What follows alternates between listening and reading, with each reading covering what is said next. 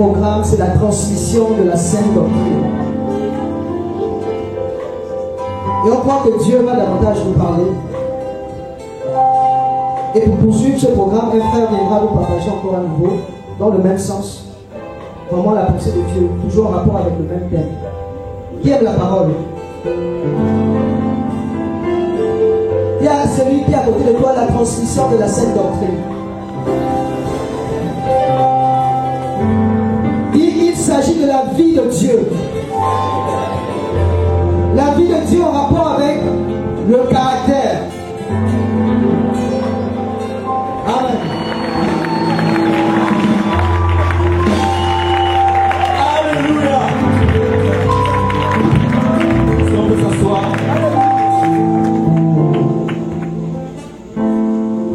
Bonsoir. Moi je m'appelle Lloyd. Je suis votre frère. Amen. Ces temps sont réservés au Seigneur et nous voulons lui rendre toute la gloire. Alléluia.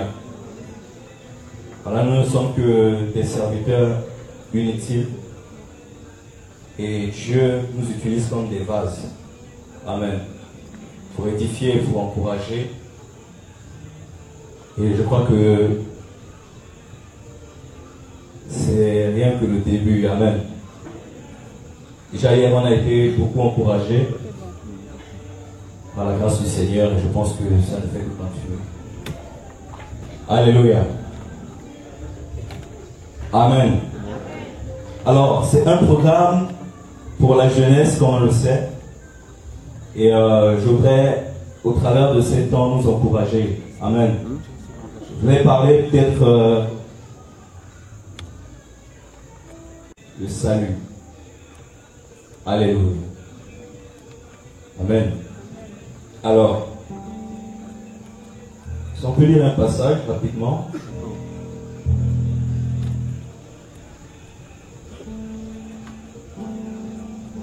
Dans 1 Timothée.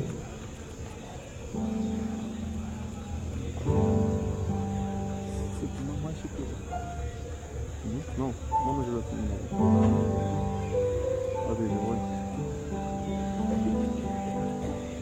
Ok.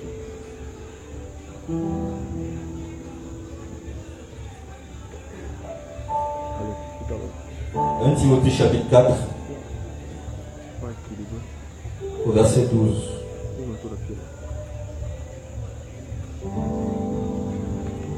Alors la Bible dit ceci, que personne ne méprise ta jeunesse, mais sois un modèle pour les fidèles en parole, en conduite, en amour, en foi, en pureté.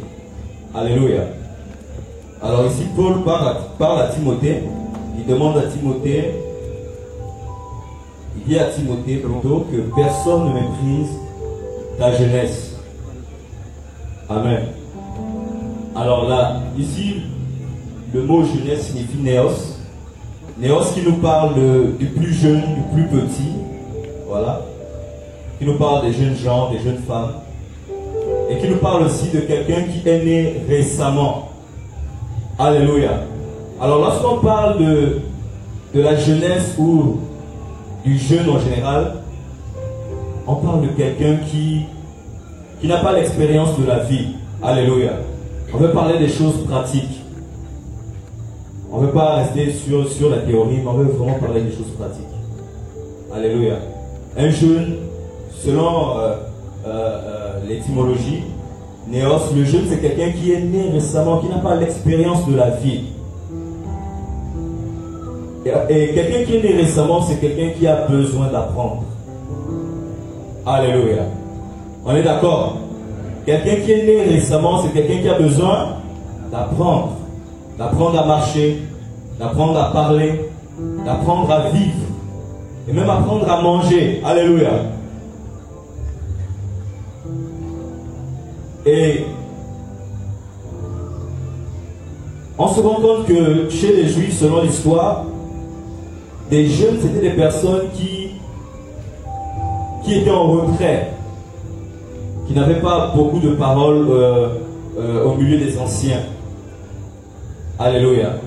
Alors, ce qui caractérisait la jeunesse chez les Juifs, en fait, il y avait la discrétion. un premier point.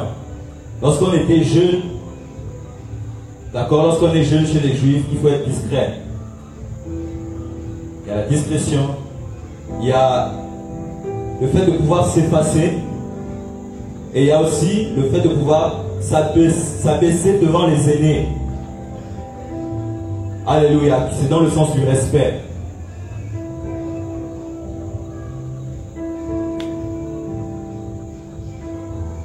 Et de nos jours, on se rend compte que la plupart des jeunes, ou encore des jeunes, ont du mal à s'abaisser devant des aînés, ont du mal à s'effacer, ont du mal à rester d'accord sur leur couloir en tant que jeunes. Ils ne réalisent pas qu'ils ont besoin ou encore qu'on a besoin d'apprendre. Souvent, hein, lorsqu'on marche avec certains aînés, on dit, mon fils, mais vous avez encore besoin d'apprendre beaucoup de choses.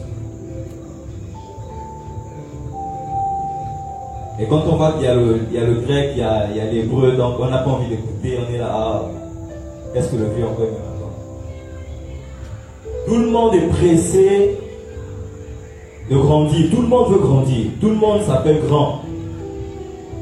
Aujourd'hui, personne ne veut être jeune.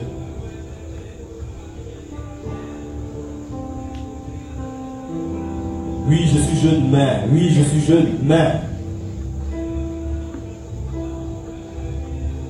Alors, chez les Juifs, lorsqu'on parle de l'enfance, l'enfance est entre 0 et 12 ans. On te considère comme un enfant lorsque tu as 0 et 12 ans. Et lorsque tu quittes ta 12e année et tu rentres dans ta 13e année, on te considère comme étant un fils. Et généralement chez les Juifs, le fils, à partir de 13 ans à 20 ans, le fils à 20 ans doit déjà se marier, doit déjà avoir des responsabilités. Mais malgré le fait qu'il a ces responsabilités-là, il n'avait toujours pas le droit, d'accord, de s'exprimer devant les aînés. Alléluia. Pourquoi? Parce qu'il connaissait sa place. Quelle était sa place? Jusqu'au temps marqué où lui aussi à son tour il pourra retransmettre, d'accord, des valeurs culturelles, d'accord, chez les Juifs, concernant déjà l'histoire des Juifs, la Torah, instruire ses enfants, alléluia, au travers de la parole. Et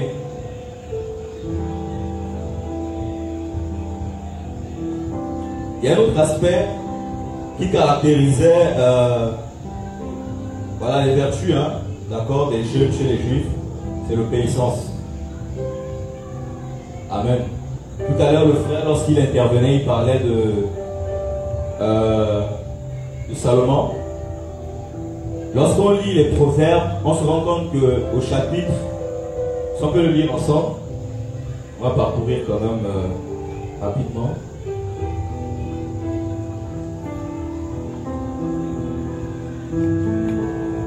Seigneur, reçois la gloire.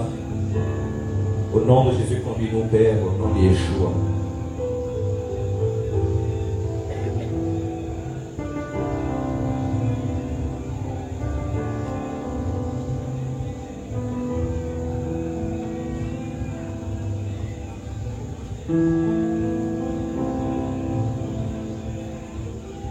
Alors nous sommes dans Proverbe chapitre 1, verset 8. Si on peut le lire ensemble, pour ceux qui sont à la page.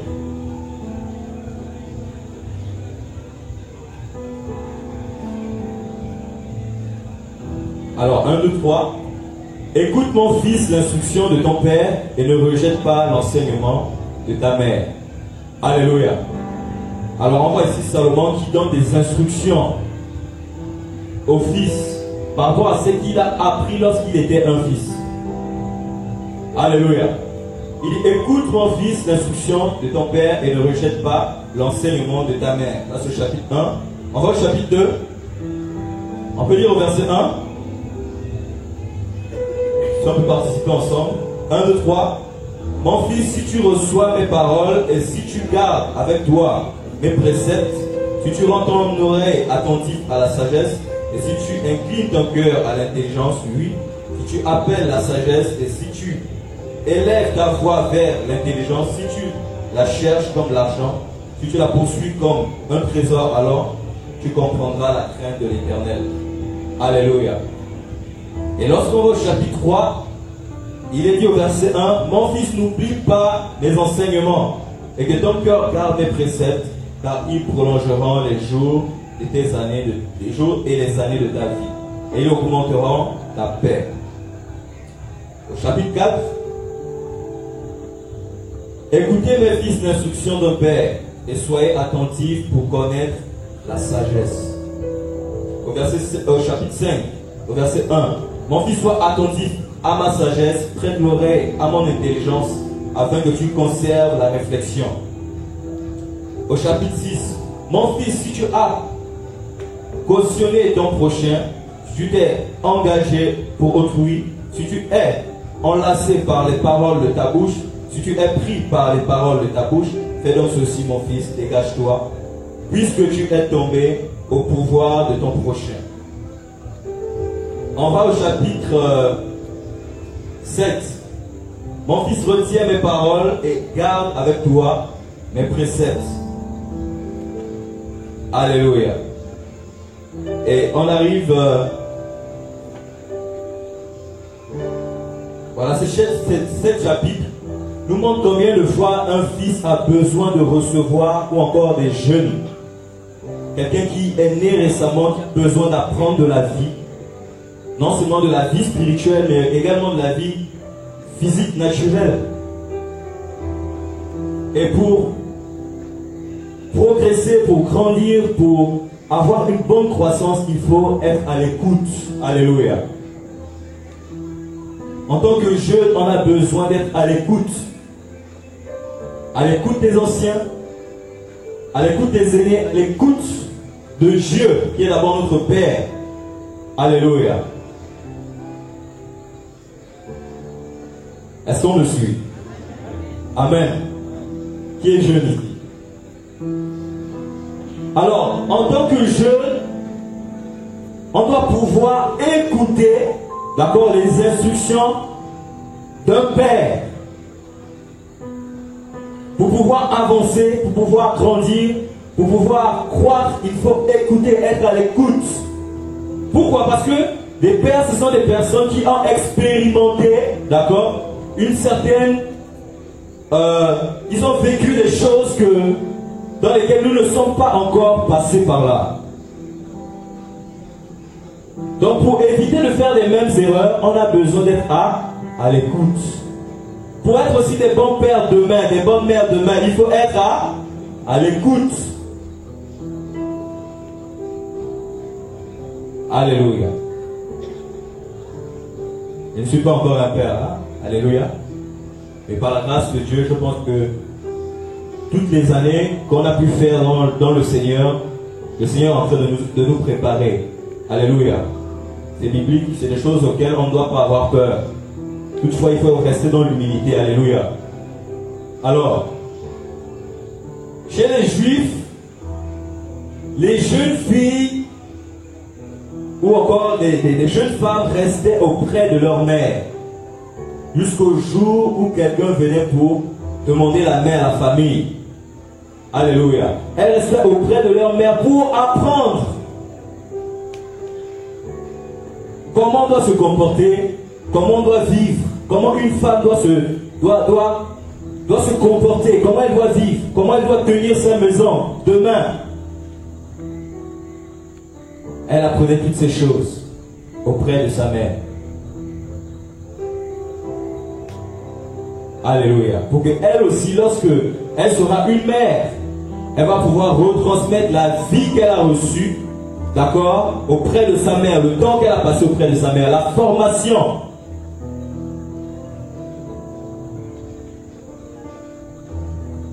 Alléluia. Et nous également, en tant que jeunes, on a besoin de passer par là. Dis à ton voisin, on a besoin de passer par là. Alors,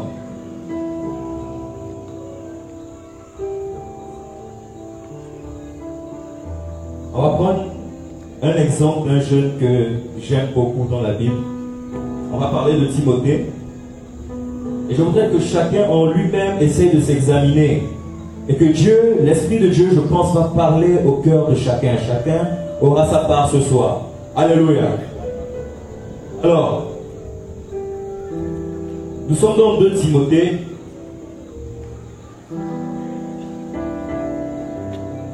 Chapitre 1.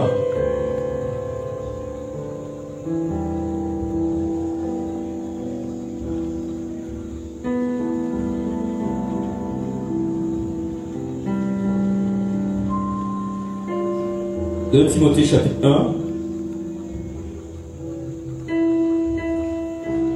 Donc verset 1 à 5, je vais lire rapidement.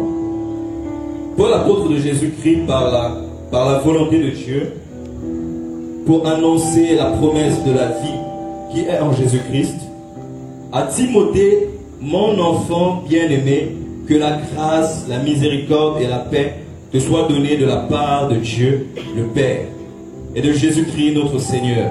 Je rends grâce à Dieu que mes ancêtres ont servi et que je sers avec une conscience pure de ce que nuit et jour je me souviens continuellement de toi dans mes prières, me rappelant tes larmes et désirant te voir afin d'être rempli de joie, gardant le souvenir de la foi sincère qui est en toi, qui habita d'abord dans ton aïeul Loïs et dans ta mère Eunice, qui, j'en suis persuadé, habite aussi en toi.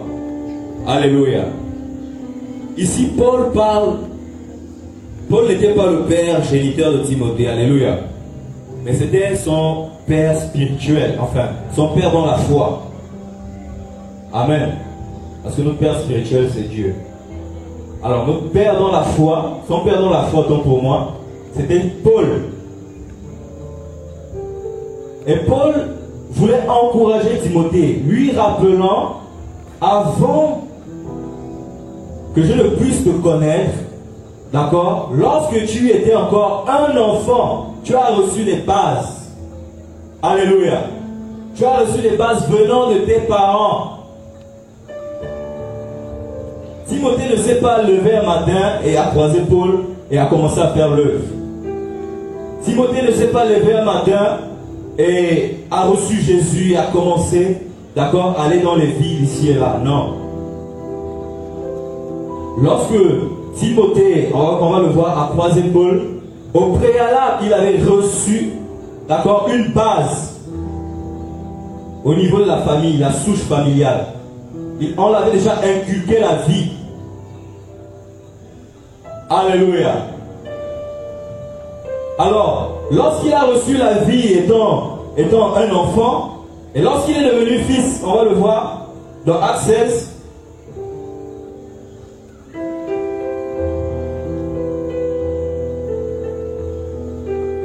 Actes chapitre 16.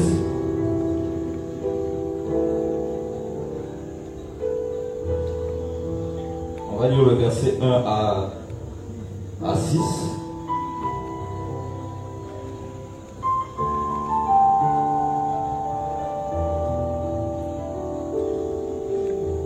Il se rendit ensuite à Derbe, parce que lorsqu'on regarde le chapitre 14, il allait ici et là, d'accord, pour implanter, selon l'ordre de Dieu, dans Acte 13, avec Barnabas, implanter, prêcher l'évangile et implanter les œuvres de la part du Seigneur.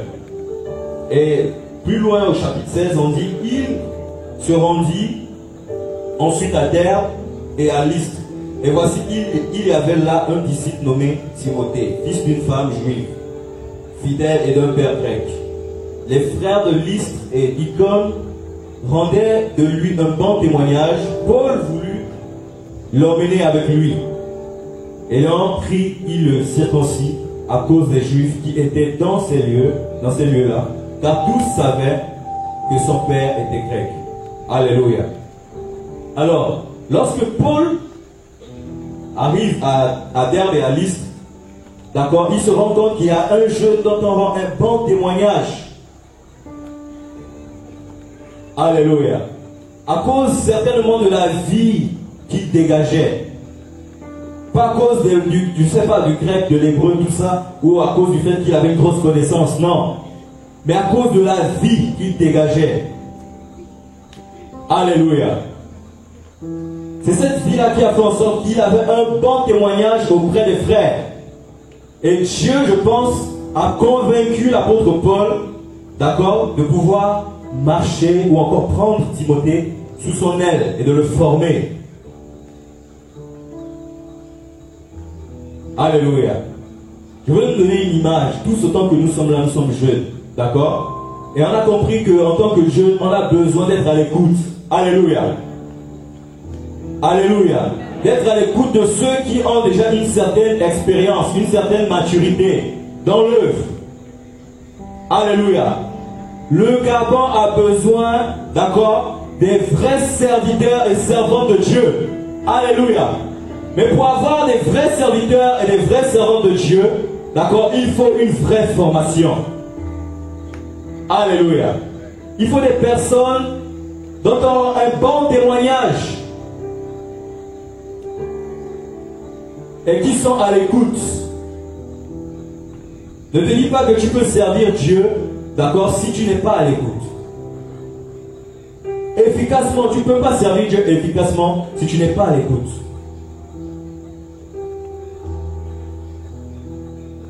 Si tu n'as pas un bon témoignage, si tu n'es pas un modèle, je ne parle pas au niveau de la connaissance, mais au niveau de la vie pratique. Alléluia.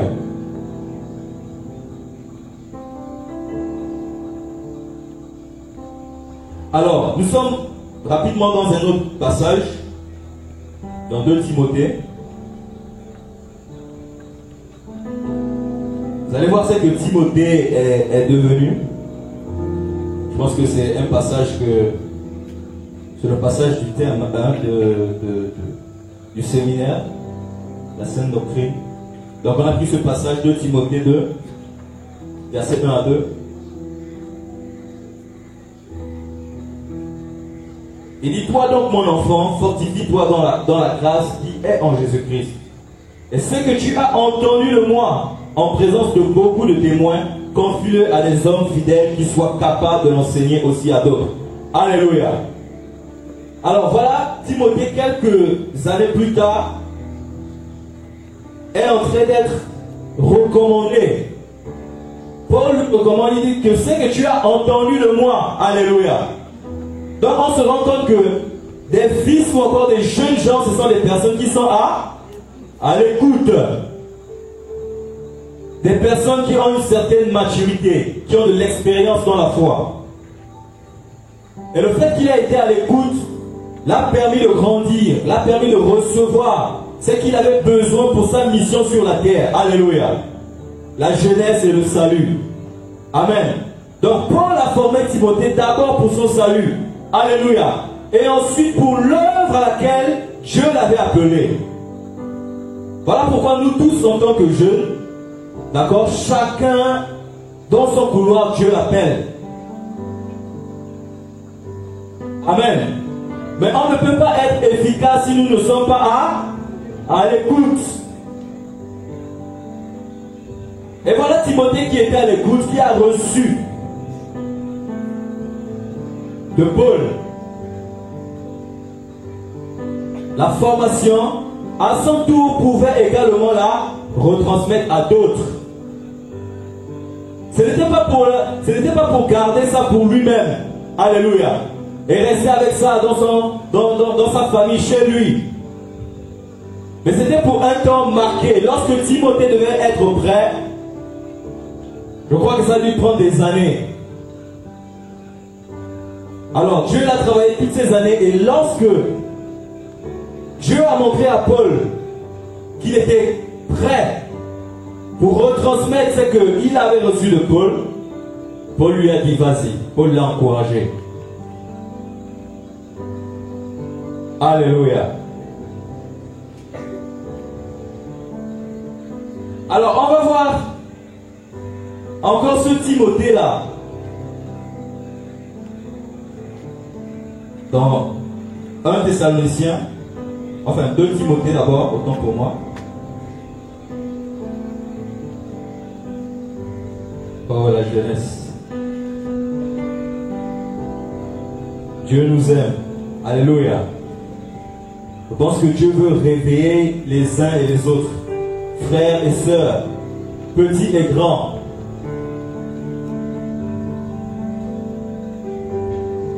Moi je pressens quelque chose de merveilleux dans l'esprit. Amen.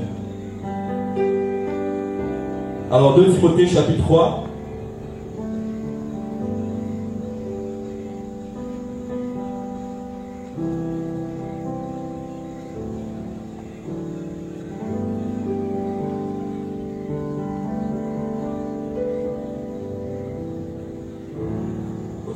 À partir du verset 10 à 15, je vais lire rapidement.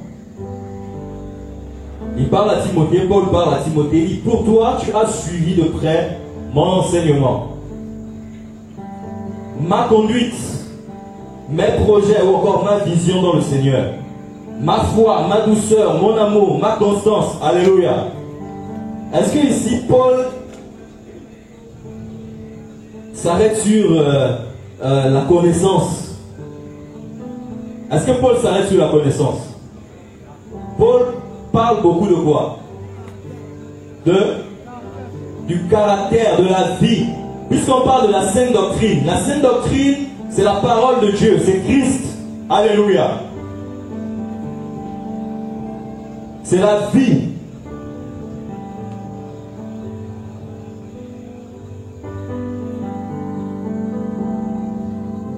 Et du verset 11, mes persécutions. Donc Timothée a été témoin de persécutions de Paul. Mes souffrances, à quelle souffrance n'ai-je pas été exposé? À Antioche, à Icône, à Lystre. Quelle persécution n'ai-je pas supporté? Et le Seigneur m'a délivré de toutes. Or tous ceux qui veulent vivre pieusement en Jésus-Christ seront persécutés. Mais les hommes méchants et imposteurs avanceront toujours plus dans le mal, égarant les autres et égarés eux-mêmes. Toi, demeure dans les choses que tu as apprises et reconnues certaines, sachant de qui tu les as apprises.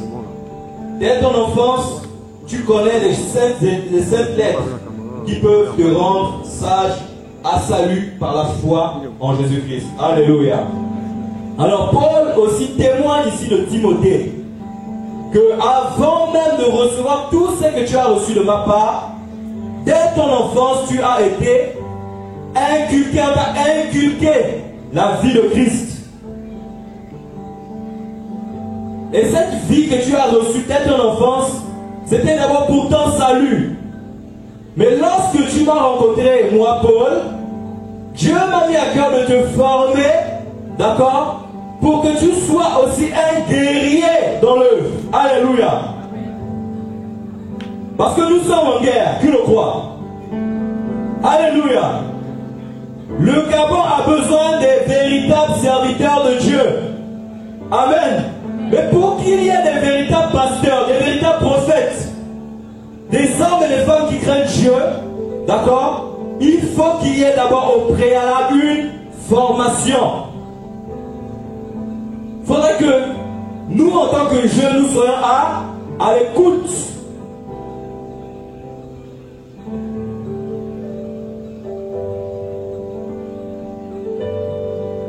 Parce que lorsqu'on parle de la jeunesse, on parle de quelqu'un qui est né récemment, qui n'a pas de l'expérience. Tu peux avoir prêché le grec, l'hébreu, mais tu n'as pas l'expérience de la vie, des combats liés à ce que tu prêches.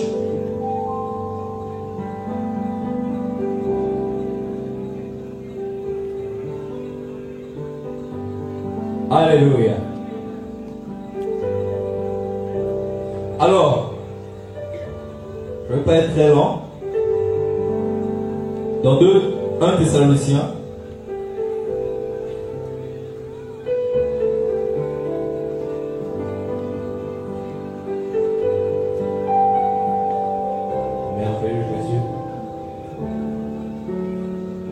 1 Thessaloniciens chapitre 3.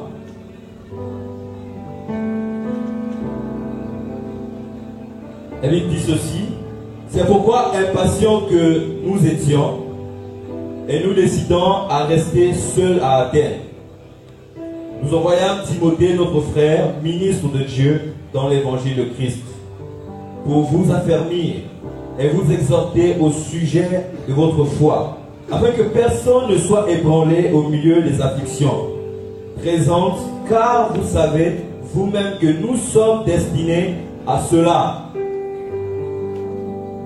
Au verset 6, mais Timothée, récemment arrivé ici chez vous, nous a donné de bonnes nouvelles de votre foi et de votre amour, et nous a dit que vous avez toujours de nous un bon souvenir, désirant nous voir comme nous désirons aussi vous voir. Alléluia. Alors on voit que Paul a fait confiance à Timothée, parce qu'il a vu Timothée grandir à ses côtés. Il a vu le fruit que Timothée a porté. Timothée était capable de pouvoir retransmettre ce qu'il avait reçu de la part des aînés, de la part d'un père, de la part d'un ancien. Alléluia.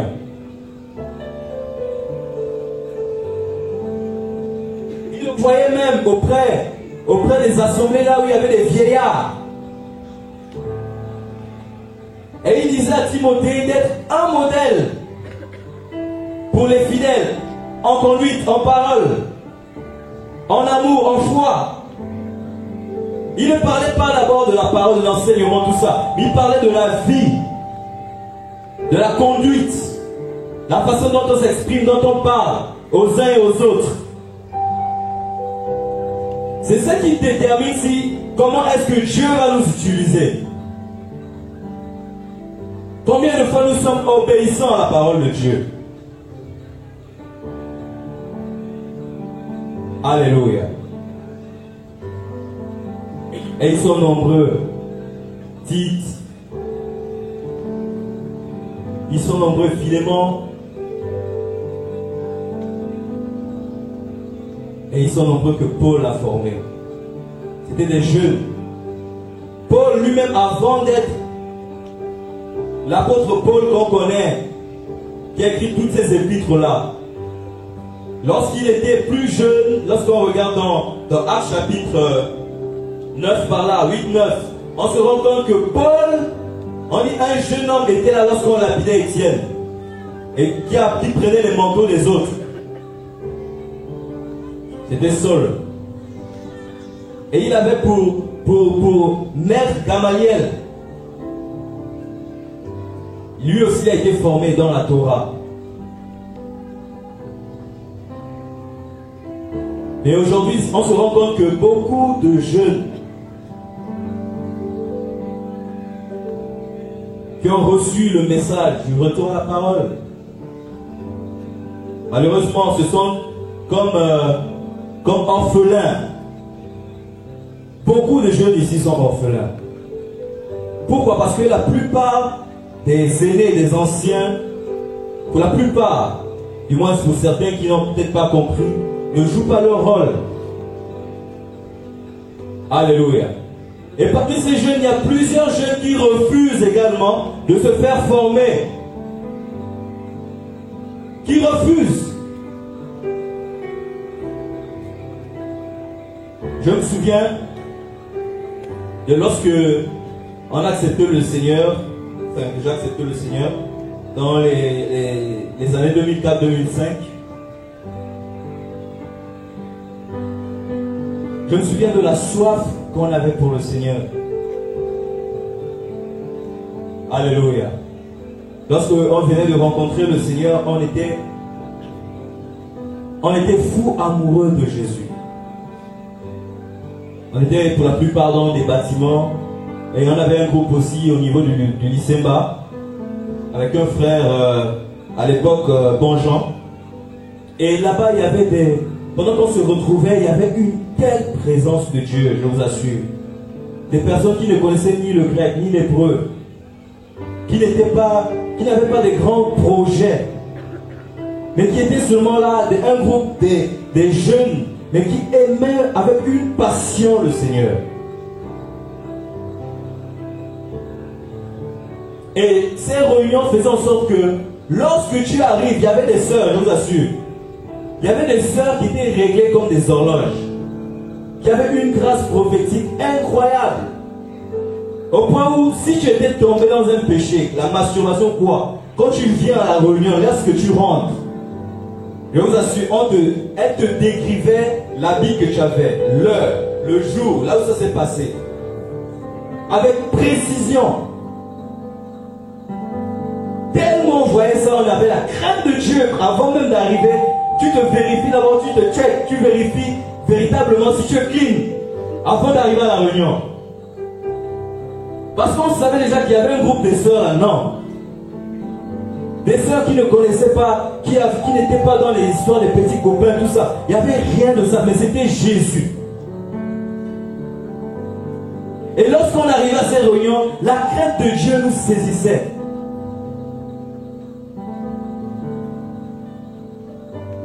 Et on sortait de là béni, encouragé. On était amoureux de Jésus. Tu dors Jésus, tu planes Jésus, tu manges Jésus. Il y a d'autres même, c'était tellement fort qu'ils voulaient abandonner les études pour se concentrer sur Jésus. Et on a, vers 2006 par là, c'est là où on a reçu l'apôtre Chora pour la première fois ici. Et on n'avait jamais entendu un tel message. Pour nous, on regardait les Charles Finet, les Catherine Coleman, les sœurs étaient encouragées par ça, les Papous Sévérin. C'était plus dans l'onction, dans les dons spirituels. Et alors, pour la première fois, on écoute un message vraiment différent qui nous a encouragés, qui nous a touchés. Puisqu'on priait pour le réveil 2006-2007. Je me souviens de cette époque parce que c'était samedi 7 juillet 2007. Donc tout le monde parlait du chiffre 777, la perfection. Et tout le monde s'attendait à quelque chose de puissant ici au Gabon.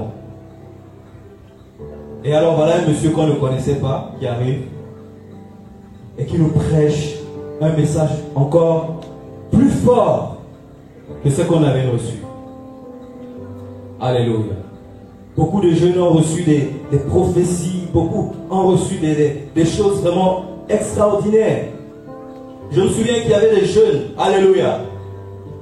Je fais ce témoignage, c'est pour nous encourager, amen. Parce que l'église de Jésus ne dort pas, alléluia. L'église de Jésus, c'est une église réveillée. Alors, il y avait des jeunes, dès qu'ils ont reçu cette prophétie, cette parole, je vous assure que lorsqu'ils se mettaient au niveau de la gare routière, lorsqu'ils commençaient à prêcher l'évangile, les gens les envahissaient autour comme ça. Là. Au niveau de Rio, ils se mettaient à crier. Les gens s'arrêtaient et se mettaient autour pour écouter l'évangile. Des conversions sur place. Des jeunes avaient prévu, d'autres avaient prévu des bus. Il y en a ici qui se sont convertis dans les bus. Qui peut lever la main? Quelqu'un qui s'est converti dans le bus. Voilà une main là. Voilà une main là. Alléluia. Est-ce qu'on peut acclamer Jésus?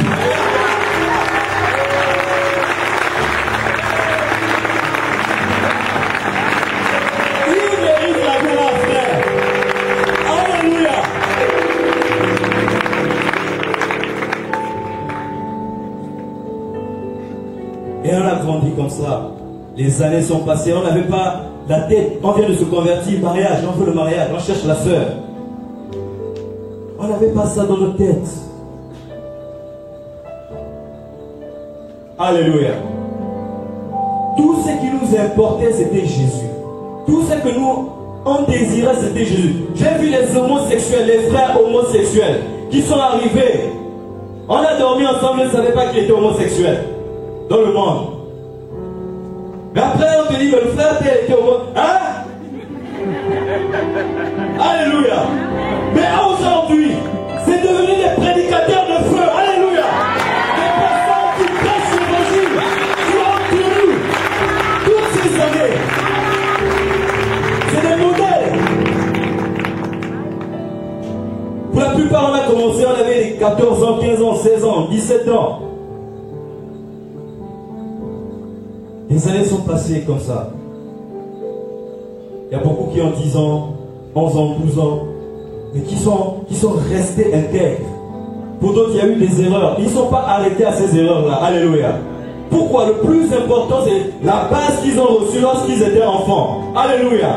Et lorsqu'ils étaient enfants, ils sont devenus des fils. Alléluia. Et lorsqu'ils sont devenus des fils, Dieu a mis les gens autour d'eux pour les former. Et je me souviens d'un frère, ce n'est pas pour élever les hommes, alléluia, mais on doit témoigner de ce que Dieu a fait avec des aînés. Alléluia. Alors, il y a un frère, notamment Toumangoy, qui nous formait, qui nous encourageait, qui était là. Et qui poussait des frères. Je me souviens, l'un des jeunes qui a commencé même à enseigner avant nous, je pense, c'est Dorian. Il y avait plusieurs, ils étaient nombreux.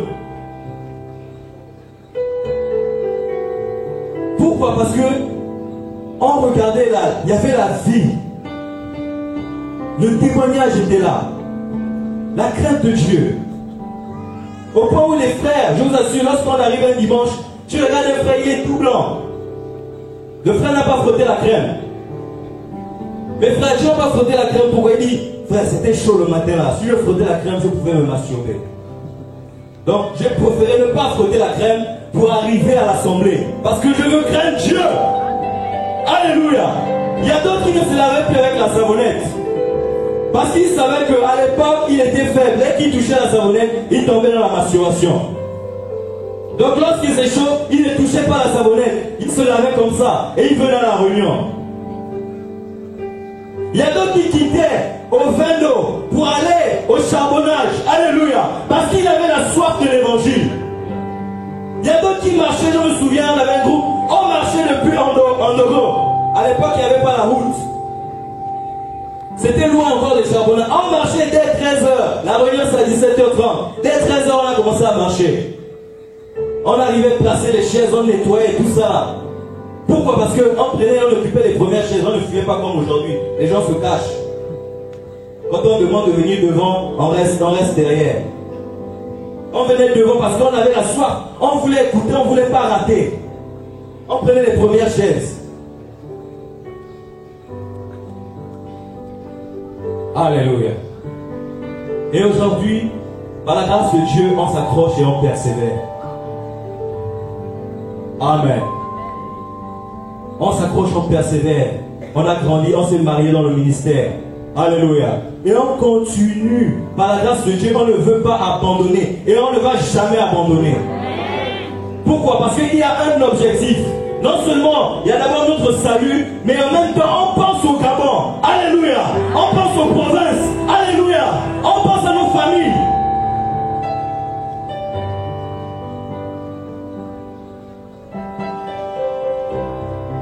Où sont ces jeunes qui veulent rester à l'écoute? Où sont ces jeunes qui veulent rester à l'écoute?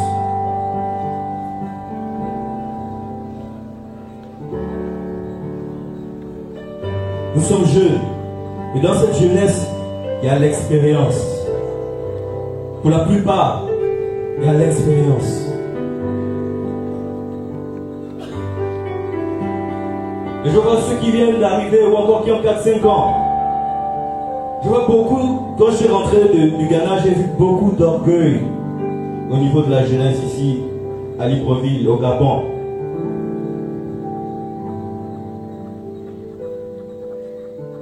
Et quand on voit de telles choses, on a mal. Parce qu'on se revoit à l'époque. On dit, waouh, Seigneur. Quand on a commencé, on dit vraiment pas comme ça. Cette soif qu'on avait là, pour moi, ça c'est pour moi. Je ne vois pas ça dans beaucoup de jeunes. Pour la plupart, le mariage. Pour la plupart, c'est pas mauvais. Mais où est la passion de Jésus? Alléluia. Alors je voudrais interpeller la jeunesse. Je voudrais interpeller les aînés, les mères, les pères. Prenons nos responsabilités. Alléluia. Il y a un gros travail à abattre ici au Gabon. Il y a un gros travail. À chaque fois que l'apôtre arrive, Dieu vous a donné le Gabon. Dieu vous a donné le Gabon. Dieu vous a donné le Gabon. Alléluia. Ce n'est pas pour une certaine catégorie de personnes, c'est pour tout le monde. Amen. Mais reste dans ton couloir. Reste à l'écoute. Fais-toi former jusqu'au temps marqué par Dieu. Alléluia. Toi aussi tu viendras apporter ta pierre à l'édifice. Pour que l'œuvre, le royaume avance. Alléluia. Je voudrais vraiment encourager toutes les personnes qui ont une certaine grâce, qui ont été blessées par un comportement des anciens, qui ont été refroidis. Je voudrais les encourager à recommencer à prophétiser. Alléluia. L'Église a besoin des véritables prophètes. La Bible dit que les prophètes, ils sont comme les yeux de l'Église. Alléluia. S'il y a une chose qui se passe, qui sont dans les ténèbres, des véritables prophètes, lorsqu'ils regardent, ils arrivent à percer. Lorsque Dieu n'est pas, ils percent le mystère. Et ils viennent le révéler à l'église. Voilà ce qui se passe. Et l'église, on prie ensemble, on tranche, on enlève la mauvaise partie. Où sont ces prophètes-là, ces jeunes qui vont prophétiser? Et lorsque on va arriver ici à ce portail, ou à ONG, ou à la Sorbonne, ou à Kanda, lorsqu'on va arriver à nos réunions, on sera sanctifié. Où sont ces bouches du Seigneur? Alléluia. À qui Dieu a parlé? À qui Dieu a parlé? Qui veut suivre le Seigneur? Alléluia. Est-ce que Dieu est bon? Est-ce qu'on peut se lever et on va prier ensemble?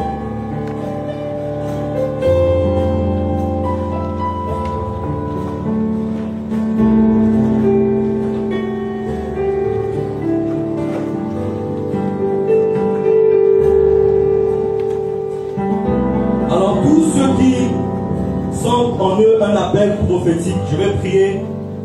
On va prier tous ensemble pour toutes les personnes qui sentent en elles un appel prophétique, qui sentent en elles un appel évangélique. Toutes ces personnes-là qui sentent en elles un appel, peu importe l'appel.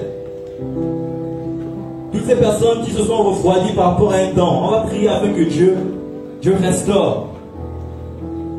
On va prier afin que Dieu restaure la vie.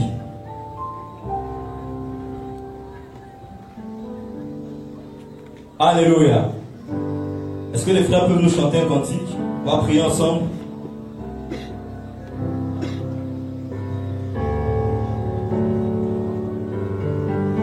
Père, nous te rendons la gloire au nom de Jésus de Nazareth. Seigneur, merci encore, Père, pour ce programme. Merci Seigneur parce que tu veux encore encourager, Père. Oh, alléluia. Oh, Jésus de Nazareth. Oh,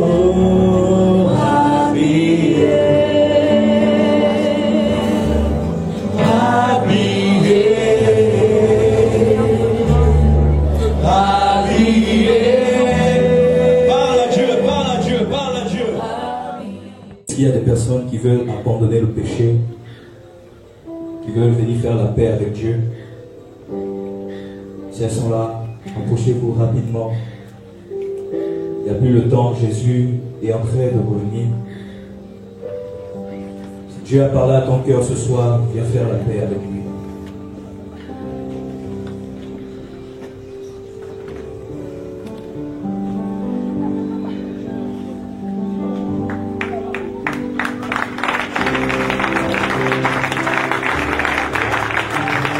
Dieu t'appelle. Dieu t'appelle. Dieu t'appelle.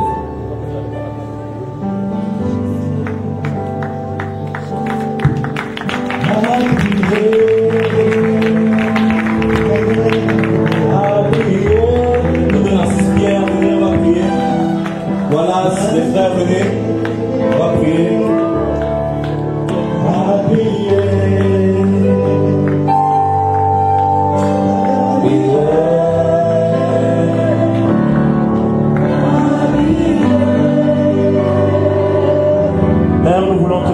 ces jeunes gens. Pour cet engagement, Seigneur, qu'ils prennent en ce jour.